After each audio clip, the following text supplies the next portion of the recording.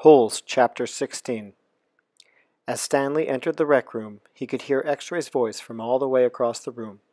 "See what I'm saying?" X-Ray said. "Am I right or am I right?" The other bodies in the room were little more than bags of flesh and bones, dumped across broken chairs and couches. X-Ray was full of life, laughing and waving his arms around as he talked. "Yo, caveman, my man," he called out. Stanley made his way across the room. "Hey, slide on over, Squid," said X-Ray. "Make room for the caveman." Stanley crashed on the couch.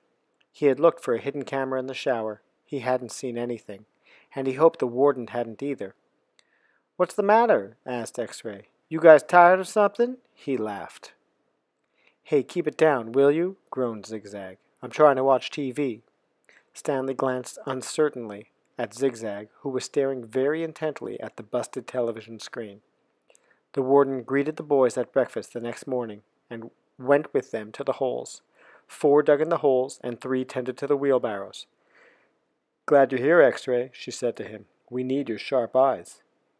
Stanley spent more time pushing the wheelbarrow than digging, because he was such a slow digger. He carted away the excess dirt and dumped it into previously dug holes. He was careful not to dump any of it in the hole where the gold tube was actually found. He could still see the tube in his mind. It seemed so familiar, but he just couldn't place it. He thought that it might have been the lid to a fancy gold pen. KB could have been the initials of a famous author. The only famous authors he could think of were Charles Dickens, William Shakespeare, and Mark Twain. Besides, it didn't really look like the top of a pen. By lunchtime, the warden was beginning to lose her patience. She made them eat quickly, so they could get back to work. "If you can't get to work any faster," she told Mr. Sir, "then you're going to have to climb down there and dig with them." After that, everyone worked faster, especially when Mr. Sir was watching them. Stanley practically ran when he pushed his wheelbarrow. Mr. Sir reminded them that they weren't Girl Scouts. They didn't quit digging until after every other group had finished. Later, as Stanley sat sprawled across an understuffed chair, he tried to think of a way to tell the warden where the tube was really found, without getting himself or X-Ray into trouble. It didn't seem possible. He even thought about sneaking out at night and digging in that hole by himself, but the last thing he wanted to do after digging all day was to dig at night too. Besides, the shovels were locked up at night, presumably so they couldn't be used as weapons. Mr. Pendanski entered the rec room. "Stanley," he called as he made his way to him. "His name's Caveman," said X-Ray. "Stanley," said Mr. Pendanski. "My name's Caveman," said Stanley. "Well, I have a letter here for someone named Stanley Yelnats," said Mr. Pendanski. He turned over an envelope in his hands. "It doesn't say Caveman anywhere." Thanks," Stanley said, taking it. It was from his mother. "Who's it from?" Squid asked. "Your mother?" Stanley put it in the big pocket of his pants. "Aren't you going to read it to us?" asked Armpit. "Give him some space," said X-Ray. "If Caveman doesn't want to read it to us, he doesn't have to. It's probably from his girlfriend." Stanley smiled. He read it later after the boys had gone to dinner.